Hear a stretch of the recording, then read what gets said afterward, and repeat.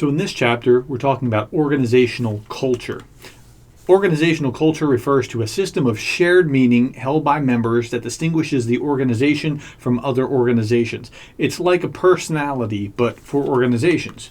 There are 7 primary characteristics that capture the essence of culture: innovation and risk-taking, attention to detail, outcome orientation, a people orientation, team orientation, aggressiveness, and stability. Now, there are other characteristics as well, but we can usually pigeonhole an organization based on these.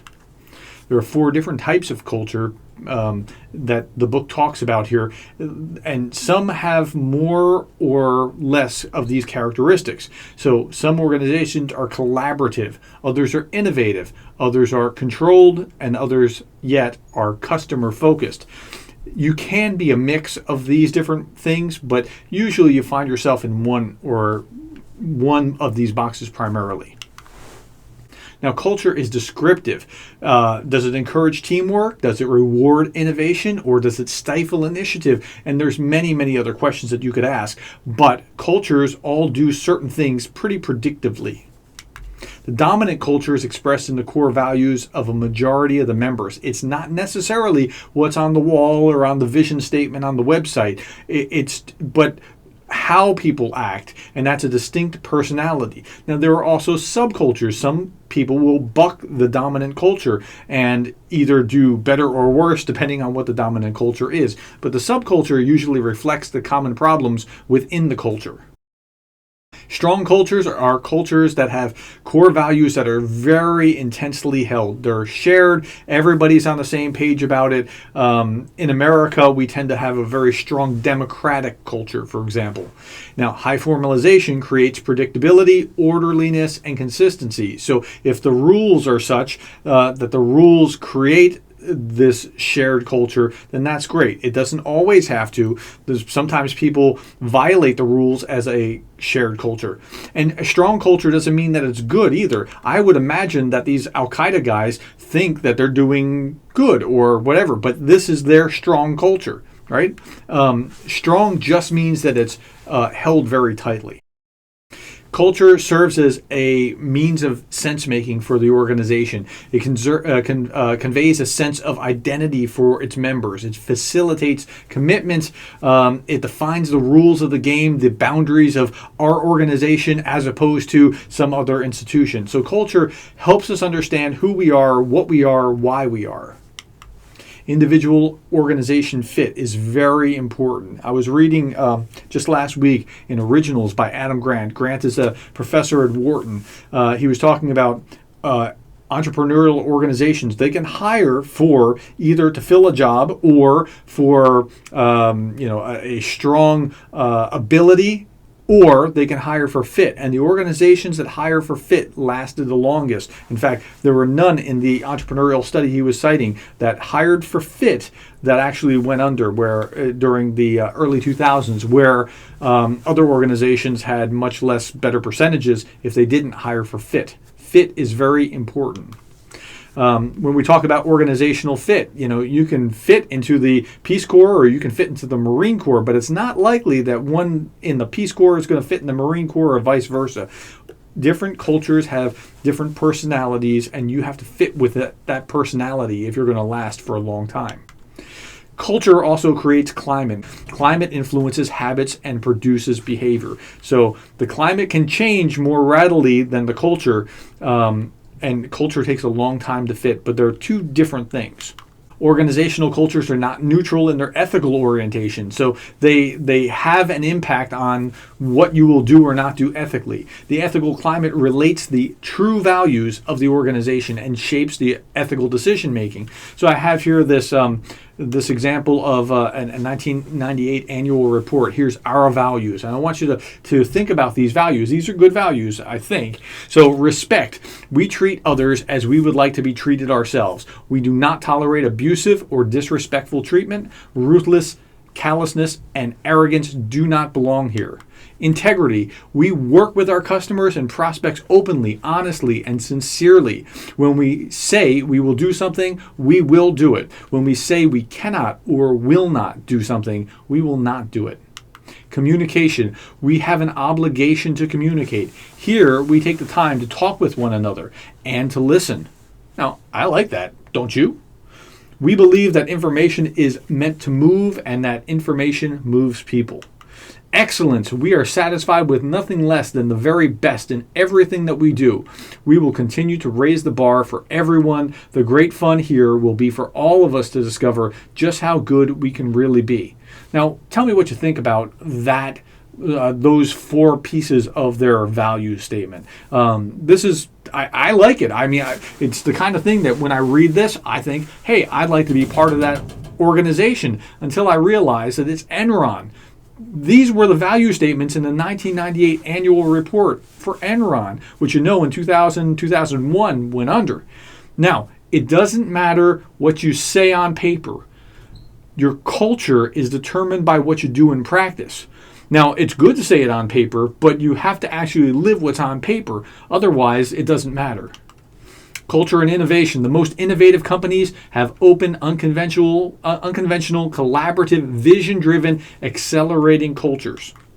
Cultures begin usually because of the founder. So if you understand how the founder functions, that's normally how the organization will function. Now, it doesn't necessarily, over time, if an organization is old enough, it can be shaped by other important figures, CEOs or presidents of the organization. But usually the founder leaves a enduring mark on the organization.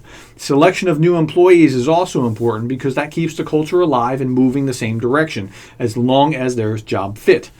Top management models norms of behavior, and what top management does, people below top management look to cue in. Do you really believe that? Is that something that I should really do? You say this, but then if you don't do it, I don't believe that that's an important value.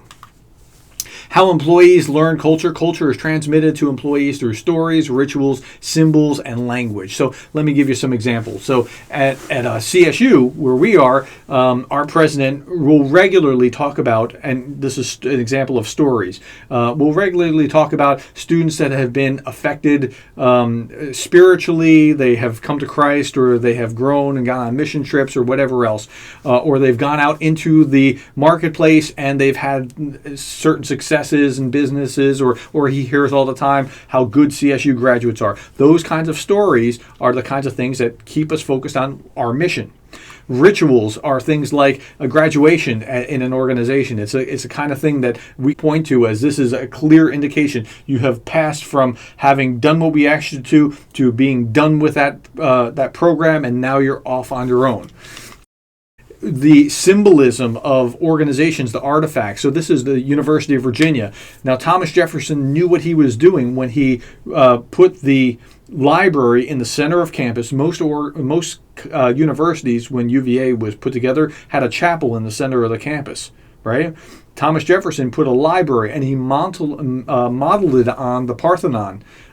So he was making a very intentional statement of putting the library there, replacing a chapel. Now, when you drive up on CSU's campus, what you see driving in the center of campus is the chapel. And we'll not only have the chapel there as that beacon right in the center, but then you see the banners on here, learning, leading, and serving. Now, those go back to the same statement of values that we share, and that's what we are trying to be intentional about focusing on by doing that.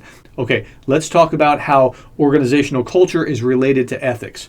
So the organizational culture most likely to promote high ethical standards is low to moderate in aggressiveness. It's also focused on means as well as outcomes. Now, in an organizational context, that means this. Employees have to have a certain utility, right? They're means to an end. They're part of the, I hate to use this, but as an input to what you're outputting, right? But they're not just a means to an end. You have to think of them also as made in the image of God. They're also ends in and of themselves that have value. And if you focus on them as means as well as ends, then you're going to be much more ethical in the way that you operate and deal with them. There are also organizations that are ethical, also have a high risk tolerance as well. They're not terribly worried about, oh no, don't screw up, because if you do that, you're going to change the way that you operate. A positive organizational culture emphasizes building on employee strengths. It rewards much more than it punishes, and it emphasizes individual growth. So you can take that and think about, how is that in your organization? Okay, are you actually trying to develop your strengths? Are you your employee strengths? Are you rewarding more than you're punishing? Are you emphasizing helping them grow and become more? Workplace spirituality, the book talks about it like this. It's not about God or theology, like that's something to run from. And workplace spirituality literature, I've seen some of it, and some of it's like really conflicted, because they realize that people are not just, a combination of their cells and their environment, but there's actually something spiritual, and they recognize that. But they go into all kinds of contortions to try to not make it have to do with anything religious. That's unfortunate. I found that, I can't do half of what I do in class at fill in the blank or some secular institution. I am free here to be integrated in the whole of who I am, not just the academics, but also bring into the classroom the spirituality that the Christian religion that my Savior brings into this. So I can be a whole person. Now that is what they're trying to do, but they don't necessarily want you to bring in Christ or anything like that. But yes, you're a spiritual being, and there's spiritual needs. So they have this great conflict when they're dealing with spirituality. But not so with you. You should be able to be a whole person. Now, in your workplace, you might not be able to walk in and proclaim Christ, but you can bring Christ wherever you are, who you are, by your example, by your attitude, by the way that you're thinking about things and processing and talking to others.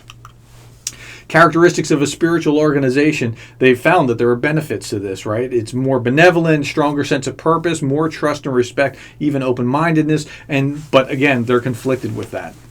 Implications for managers for everything that we talk to. One, an organization's culture is relatively fixed. That's the culture. The climate is not so much, but the culture is mostly fixed. It'll take a lot of turnover to change culture, more often than not. Hire individuals whose values fit the organization. This is really important, because if you don't have good cultural fit, that person's not going to last very long. All managers play a part in creating an ethical culture. And remember, you're on stage. Whenever you're a leader, we're watching what you're doing when you're a leader. And then finally, consider spirituality and its role in creating a positive organizational culture. And more than that, even more than that, is thinking about how people are actually whole when they can be part of not just the organization, but spiritually, that they can relate to it as well. Okay, that's all we're going to talk about for this lesson. Thanks for your time, and we have one more to go.